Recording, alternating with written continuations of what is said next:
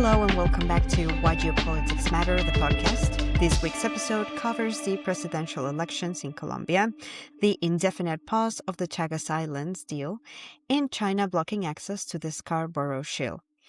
So let's get into it. But first, some of our listeners mentioned that they really liked the quick, funny comments from last week's episodes, and I think we should keep doing it. So for this week, we need to talk about Melania's and Trump's breakup. This dramatic moment after the comments regarding the Pope. So Melania obviously said that it was unacceptable, and then Trump that said that she was unacceptable. And that's when everything came to crumbles. I feel like he just has a way with people. He's so Truly. talented at breaking alliances with good allies. Like, she was pretty much the only European ally he had. They're dropping like flies because Orban's out and you only have so many people that you can relate with in Europe at this point. So it's just like, why are you picking a fight with somebody that actually really believes in your nationalist, populist agenda? Exactly. But Oh my gosh. point is, who in his right mind would think that, like, she would ever side with him over the Pope? Like, what prime minister of Italy would say, you know what, I'm going to go against the Pope? Like, he just doesn't think.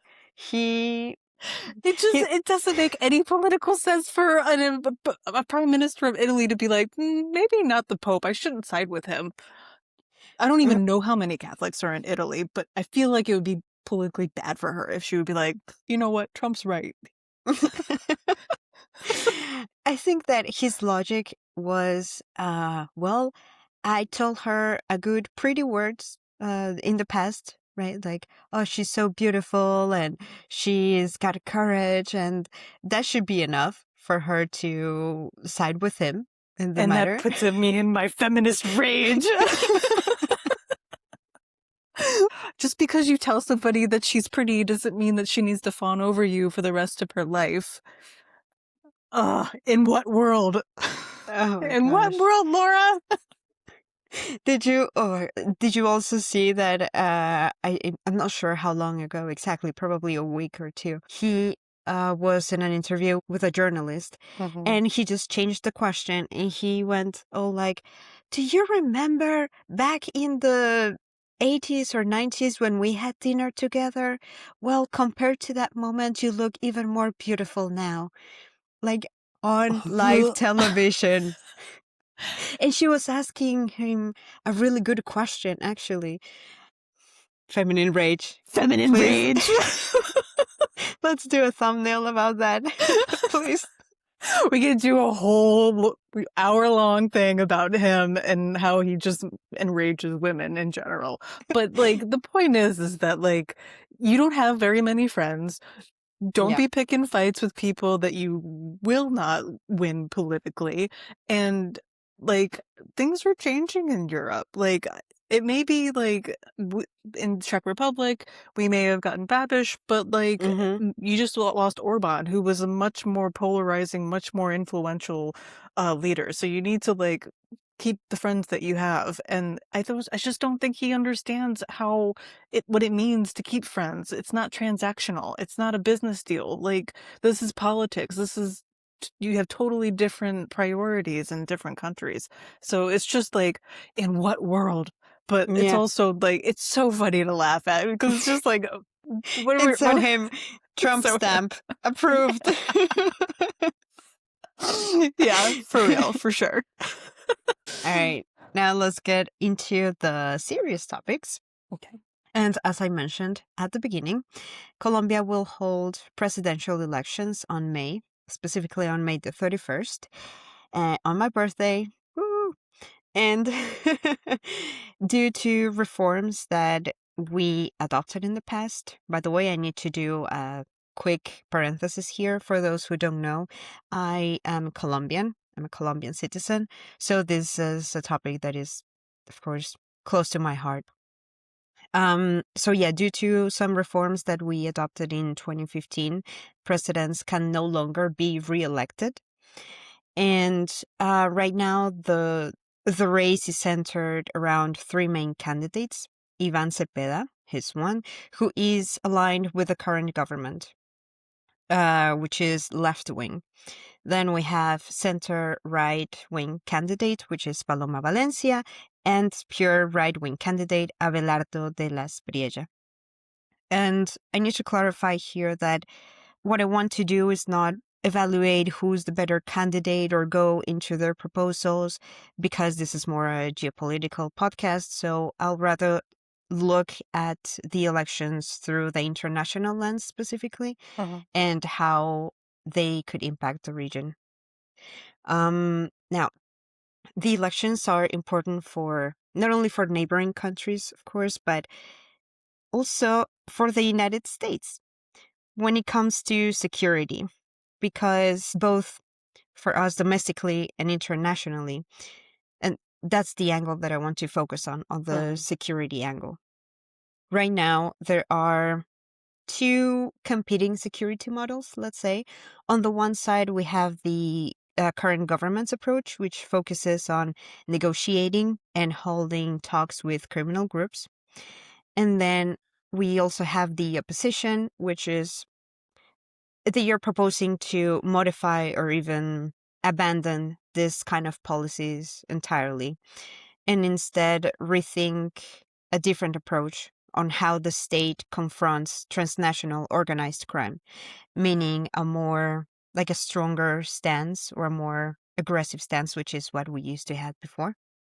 And this matters even more now that the US refocused its attention on the hemisphere and makes it clear that its domestic security depends on cracking down on cross-border criminal networks. And that makes it a priority for the United States, of course. So for them, there are three elements that are very important to have, like in the hemisphere. One is democratic and stable governments. Second, that they're genuinely committed to fighting transnational organized crimes.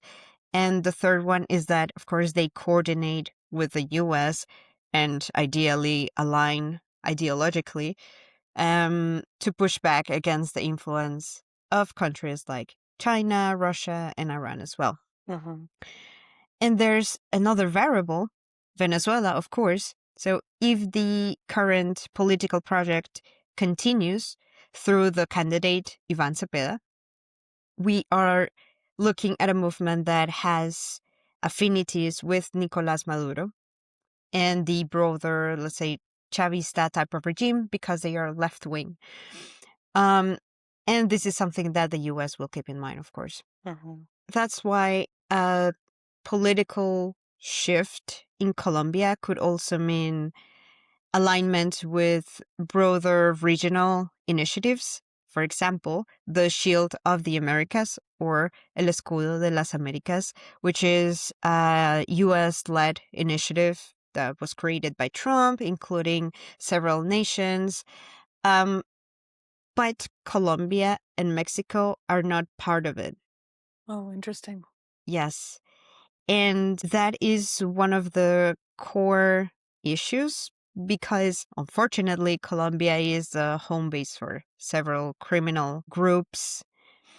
And not being part of it because our government is more left wing and doesn't align really well with Trump, it might undermine our domestic security as well. So, depending on the elections, the model that is chosen to go with will have a broader, stronger security impact. And this not only stops with Colombia and the US, but there are worries that powers like Russia, China, or Iran have an influence in Colombia as well. So take Iran as an example. For over decades, there has been evidence that Iran, through its proxies like Hezbollah, they have had presence in the region. Individuals linked to networks have been arrested and deported in Colombia, which are connected to illicit activities like money laundering, drug trafficking, of course. And there have been some investigations showing that these networks help move cocaine from South America to the Middle East, to Europe. So there's like a dimension behind. And of course, this is something that also is interesting for the United States that they should worry about. And is there one political party that seems to be maybe favoring better relations with the US or keeping the status quo with Iran and China? Is there is like the left wing more trying to uh, be a little bit more of just working on social policies, and then maybe the right wing parties are more interested in getting certain benefits from having a stronger relationship with the United States or with Russia or with Iran, or even just regional powers like Brazil, or trying to step up more security southwards towards like Ecuador and like that sort of thing, because that's become kind of a hot spot as well. Yeah. The political parties from center-right, with Paloma Valencia and Abelardo de las Priella, they push for um, alignment more with the United States and a different type of security approach, meaning a stronger army, military operations, and leaving the talks aside because unfortunately, they have not had much results. In the last couple of years, specifically in the last 3 years, there have been more massacres compared to previous years, increased forced displacement, and killings of social leaders, terrorist attacks. And in the Global Terrorism Index of 2026, we rose 5 positions. Wow. So that is something that tells the population we're not doing that great. So some of us are thinking, yeah, maybe this approach is not working. So do we have to do something different, stronger stance again? But this is what we've had for several years in the past, even before the left wing government came to power. So it's a very complex situation in that regard.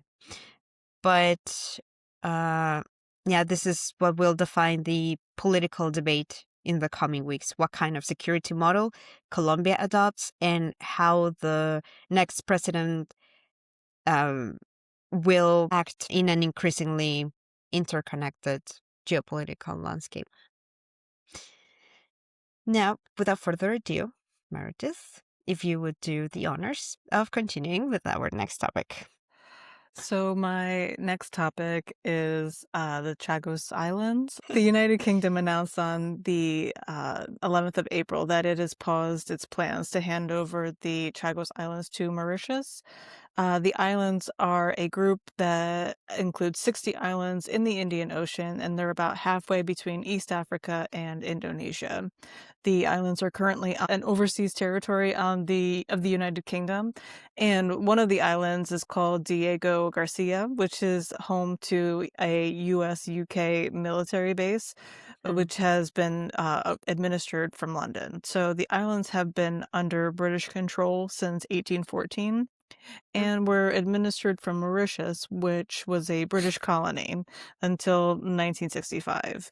That is when Mauritius gained their independence and the Chagos Islands were made a British overseas territory.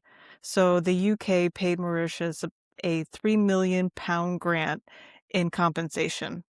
£3 million. I know it was like Wow. 1960s, but that seems super cheap now still for for that strategic location. So Yes. it's pretty uh it's pretty unbelievable. So Mauritius has argued that it was illegally forced to give away the islands Mm-hmm. to gain independence. In recent years, the UK has come under international pressure to hand over the control of the islands to Mauritius. Some politicians in the UK and the US have criticized this deal, saying an important military base should not be given to Mauritius because of its links to China. So Mm-hmm. that is the more conservative approach. But the deal is for the UK was to secede sovereignty over the Chagos Islands to Mauritius and lease the island of Diego Garcia. So a Mm-hmm. majority of the islands would be handed back, but they would lease the island of Diego Garcia for an average cost of 101 million pounds per year, which is a better deal for them. So Yeah. at least there's that. Which is so that would be the joint site of the UK-US military base, and this would continue for 99 years to continue Mm. operating in that sense. So the UK has been unable to obtain parliamentary approval for the agreement due to renewed criticism of the deal from the United States, Mm. and with and their withdrawal of support has created a lot more tensions for everybody in the UK.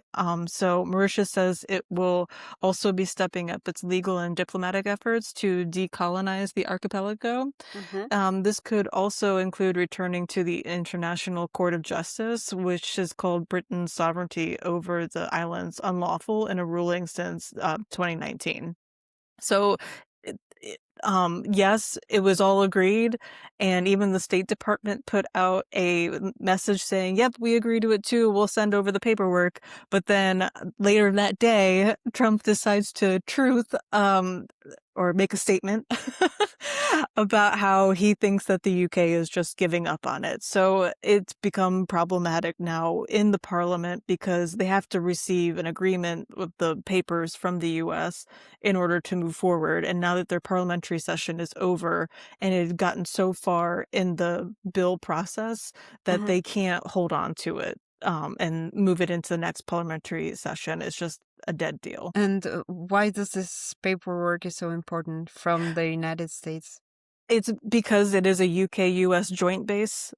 So they have to Mm-hmm. work on it. They work on it together, and so the US has to agree to it too. Even though all of it was pretty much signed and sealed, and then like a couple hours later, the whole thing blew up, which is unfortunate because this is about a country that is still trying to get back its legal property. International law is very clear, and it was I still can't wrap my mind around the 3 million pounds that, like, the government That is received. Like, it nothing. just smacks of, like, indifference to these people and how they were probably treated. I don't know the entire history of how the country was colonized, but it just, like, I don't know, I think for the British, it's their representation in the world and still trying to get back on that footing is still that's something so controversial in the global South. Yeah.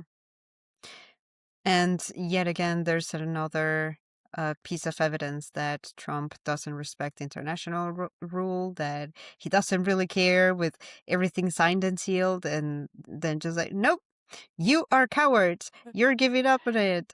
You should. Like, what is this type of behavior? Yeah, and who is it that's whispering in his ear saying, "You know what? This isn't a good deal. You should back away from this." It's like people have done all this work to get this all set up so that it can like follow international law, but like it just yeah, just horrible. And what a waste of time for everybody. And so frustrating to Yeah. you're supposed to be getting your property back and I mean, it's over one island and it's not like you're giving up it's not like the US is having to pay that money because this is coming from the British government. So it's all they have to do is just say, "Here's the paperwork," and that's it. But I do understand the other side of the coin, though, is Mm-hmm. that Mauritius does have a lot of connections to China, Belt and Road Initiative, that sort of thing. But I mean, this is their land, and sovereignty should be respected. It's not something that this administration understands, but still. Yeah. Yeah. And speaking of China, That segues into another issue concerning sovereignty in the world and international mm-hmm. law, because this week the Chinese government approved a proposal to establish a national nature reserve at the Scarborough Shaol, a hotly contested reef in the South China Sea, in an unprecedented move that has ignited a fresh war of words with rival claimants, the Philippines.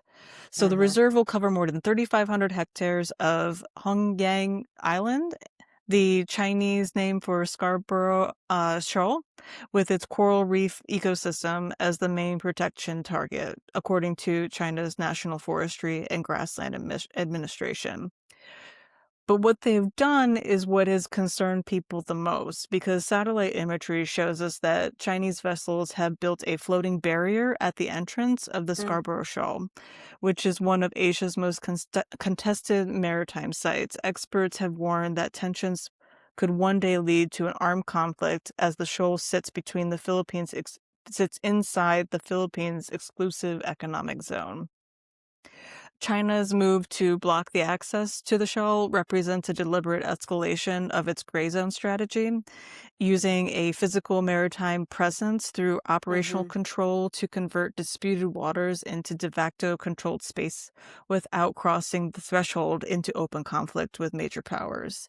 So, by restricting Filipino access to this area, Beijing, the model of power-based sovereignty that prioritizes control on the water over international law. The likelihood of localized incidents between Chinese and Philippine vessels are rising with the risk of miscalculation in the region.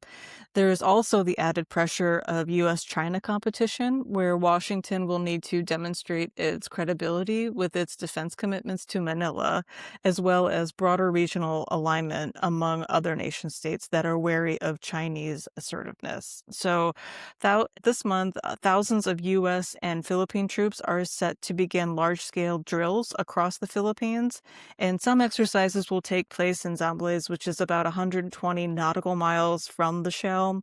And the geopolitical effect is polarizing for regional states and heightens the militarization of the South China Sea, where the gains by China are producing risks that impact long-term strategic resistance and a persistent unstable security environment. It is something to say that that China has been kind of flexing its muscles in the South China Sea for a long time. There's been a lot of buildup for other land-based and sea-based. So they've been building up islands in the South China Sea where there are more airstrips for um, air defense, but also building up on the water so that they have more maritime control over the region. So it's this escalation behind the premise of we're going to save the environment by protecting this coral reef. But in reality, what they're doing is encroaching on